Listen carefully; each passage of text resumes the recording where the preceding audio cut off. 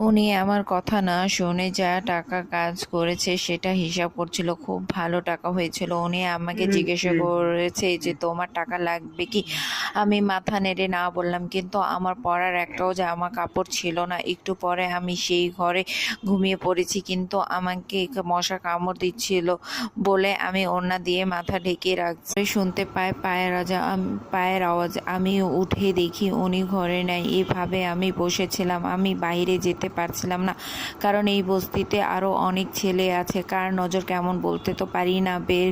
তাই বের হলাম না। আমি আবার ঘুমিয়ে পড়লাম। সকালবেলা দেখি উনি আবার কাজে যাচ্ছে। তখন রাগী চোখে দেখলাম, কিন্তু উনি কিছু না বলে চলে গেলেন। আমি আবার আমার কাজের করতে লাগলাম।